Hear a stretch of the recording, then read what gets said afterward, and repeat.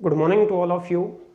आज के इस वीडियो लेक्चर में हम पढ़ेंगे कि एक्टिव वॉइस और पैसिव वॉइस क्या होते हैं, एक्टिव को पैसिव में कैसे चेंज किया जाता है और एक्टिव को पैसिव में चेंज करने की आवश्यकता क्यों होती है। एक्टिव की स्ट्रक्चर क्या होती है, पैसिव की स्ट्रक्चर क्या होती है, यानी एक्टिव वॉइस और पैसिव वॉइस ये दो वर्ब के रूप होते हैं। तो एक्टिव वॉइस की वर्ब क्या होती है, पैसिव वॉइस की वर्ब क्या होती है, इनके बारे में हम इस वीडियो लेक्चर में पढ़ेंगे। तो इस वीडियो लेक्चर में सबसे पहले हम देखते हैं कि एक्टिव और पैसिव वॉइस होता क्या है। तो सबसे पहले हम इनके मीनिंग जानते हैं।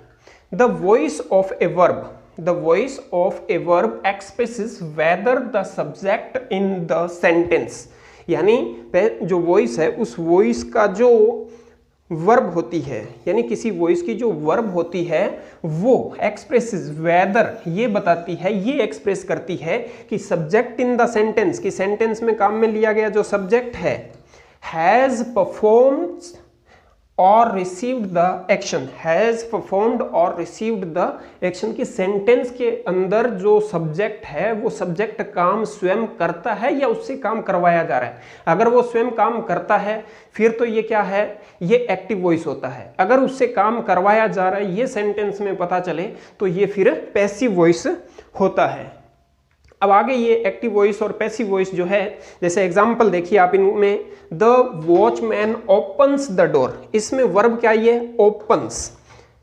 तो ओपन्स जो वर्ब है ये क्या है, इसमें सब्जेक्ट जो है the watchman opens the door, watchman दरवाजा खोलता है, यानी वॉचमैन काम करता है स्वयं। ओपन्स द डोर, ये जो ओपन्स वर्ब है ये क्या है, एक्टिव वॉइस में है।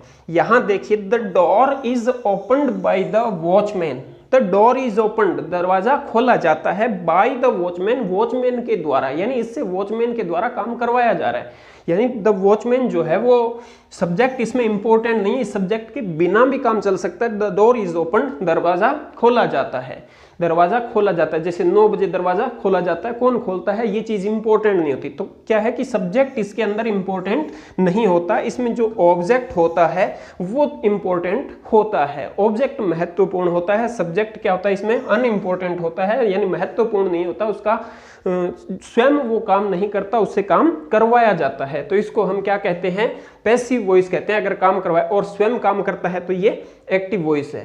अब इसमें आगे हम देखते हैं types of the voice, voice के प्रकार, कितने प्रकार के। Verb have two voices, active voice and passive voice. Voice के दो प्रकार होते हैं, एक्टिव वॉइस और पैसिव वॉइस। अब एक्टिव वॉइस क्या होता है, देखिए active voice, when an action performed by the subject is expressed by the verb it is an active voice, यानी व्हेन एन एक्शन, जब कोई एक्शन परफॉर्म किया जाता है, the subject is expressed by the verb, तो जो subject है उसको एक्सप्रेस, उसको अभिव्यक्त करती है हमारी वर्ब, यानी वर्ब ये बताती है कि सब्जेक्ट इस काम को करता है।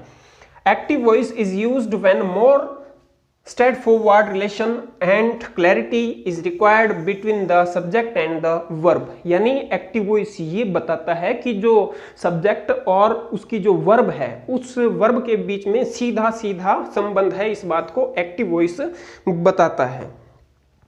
आगे देखते हैं, जैसे एक्टिव वॉइस के example, hens lay eggs, birds built nests, birds जो है वो घोंसला बनाते हैं और हंस जो होते हैं वो, हैन जो होती है, मुर्गी जो होती है वो अंडे देती है। तो ये क्या है, एक्टिव वॉइस। आगे पैसिव वॉइस की definition, when the action expressed by the verb is received by the subject, यानी जब एक्शन, वर्ब जो एक्शन करती है वो सब्जेक्ट के द्वारा रिसीव किया जाता है, यानी सब्जेक्ट उसको परफॉर्म नहीं करता, उसको रिसीव करता है, तो ये पैसिव वॉइस कहलाता है। पैसिव वॉइस के एग्जांपल, जैसे हैंस ले एग्स, ये एक्टिव वॉइस था, तो eggs are laid by the hens, nests are built by the birds, ये क्या है, पैसिव के एग्जांपल्स है। अब इनसे ये बनते कैसे हैं इसको हमें सीखना है। ये सीधे सिंपल से एग्जांपल है, कंपटीशन में इनसे थोड़े से हार्ड आते हैं, जो कि एडवांस लेवल में आगे हम इनको पढ़ने वाले हैं अभी। हाँ, rules of active passive voice in English grammar, अब हम इसके रूल्स पढ़ेंगे। तो देखिए सबसे पहला रूल क्या है, सबसे पहला नियम, identify the subject verb object, यानी सब्जेक्ट को, वर्ब को और ऑब्जेक्ट को, इनको हमें पहचानना है। एक्टिव से पैसिव में चेंज करते समय सबसे पहले एक्टिव के अंदर हमें क्या पहचानना है, हमें सब्जेक्ट देखना है कि एक्टिव का सब्जेक्ट क्या है, उसकी वर्ब क्या है, उसका ऑब्जेक्ट क्या है। तो सबसे पहले जो काम कर रहा है वो सब्जेक्ट होता है और सब्जेक्ट के तुरंत बाद किसका, वर्ब का इस्तेमाल किया जाता है और उस वर्ब के बाद में जो होता है वो हमारा ऑब्जेक्ट होता है। तो सबसे पहले इन तीनों की पहचान हमें आनी चाहिए। जैसे ही ड्राइव्स कार, ही ड्राइव्स कार, इसमें ही क्या है, सब्जेक्ट। ड्राइव मतलब चलाना, गाड़ी चलाना, तो ये क्या हो गया, वर्ब हो गया। और ये क्या है, कार, किसको चलाते हैं, तो किसको, इसका जो आंसर है वो क्या हो जाएगा, ऑब्जेक्ट हो जाएगा। तो इसमें सब्जेक्ट, वर्ब और ऑब्जेक्ट, इसको हमने पहचाना।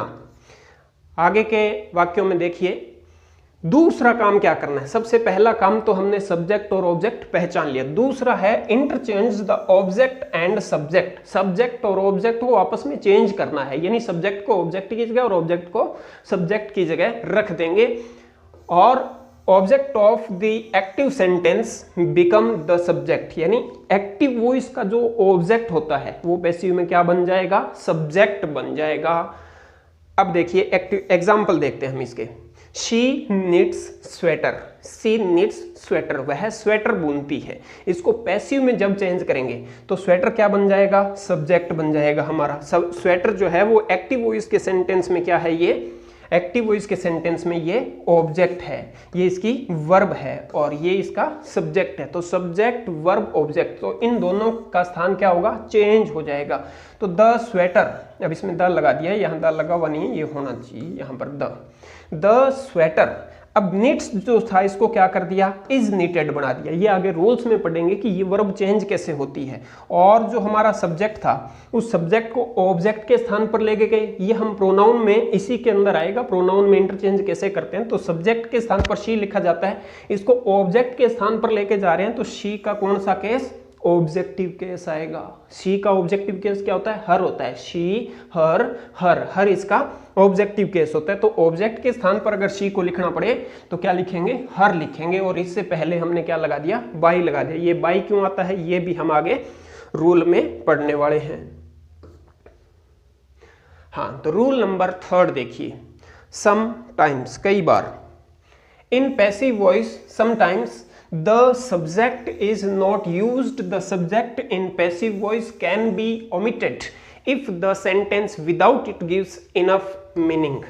यानी कई बार क्या होता है कि पैसिव के सेंटेंस में सब्जेक्ट को यानी बाई लगाकर लास्ट में लिखा नहीं जाता है। क्यों, क्योंकि जो सेंटेंस होता है उससे पूरा मीनिंग जो वो समझाना चाहता है वो समझा जा सकता है, तो इसमें सब्जेक्ट लगाने की आवश्यकता नहीं होती।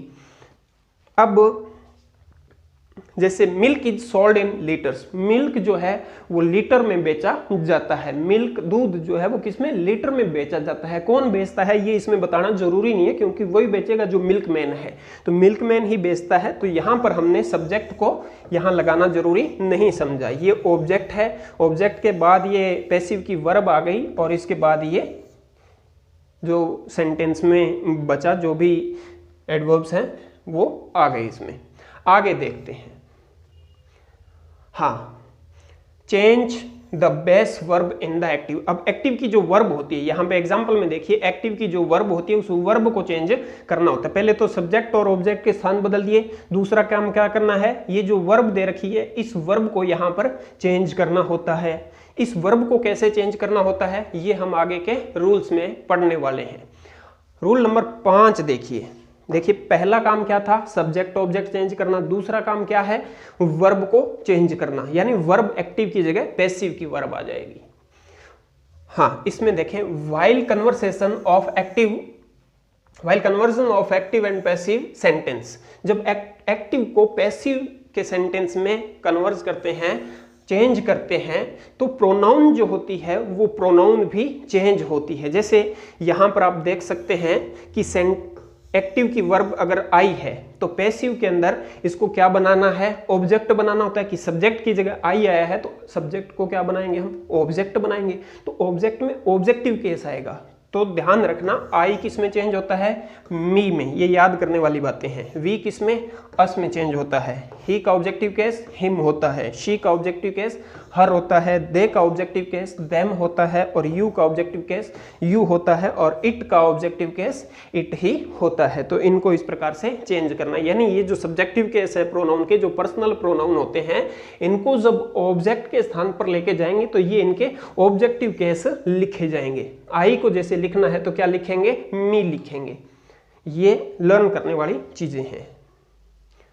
हाँ, आगे के rule number 6, use the suitable helping और ऑक्सिलरी वर्ब, यानी जो हेल्पिंग वर्ब शूट करती है, पैसिव के अंदर जो वर्ब आती है वो आपको यहां पर लिखनी है। किस प्रकार से लिखेंगे ये हम अभी आगे पढ़ने वाले हैं।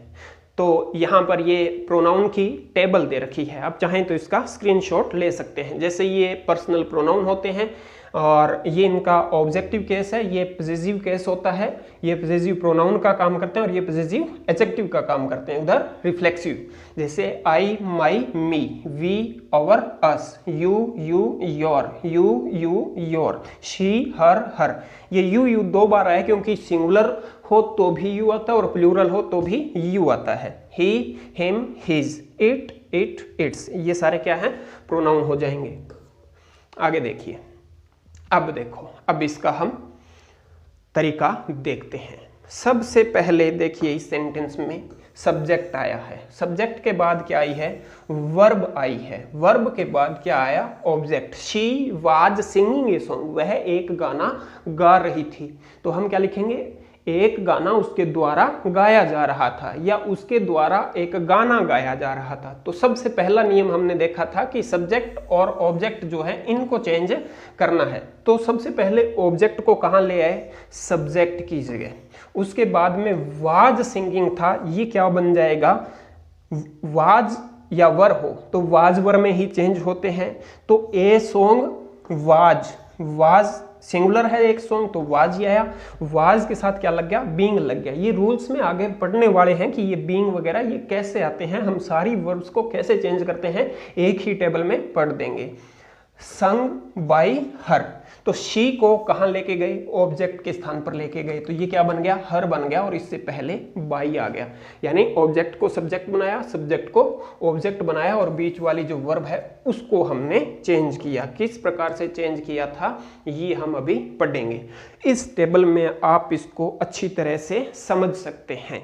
देखिए, सबसे पहले हमारा प्रेजेंट सिंपल टेंस होता है। प्रेजेंट सिंपल में वर्ब की फर्स्ट फॉर्म आती है। अगर एक्टिव में फर्स्ट फॉर्म है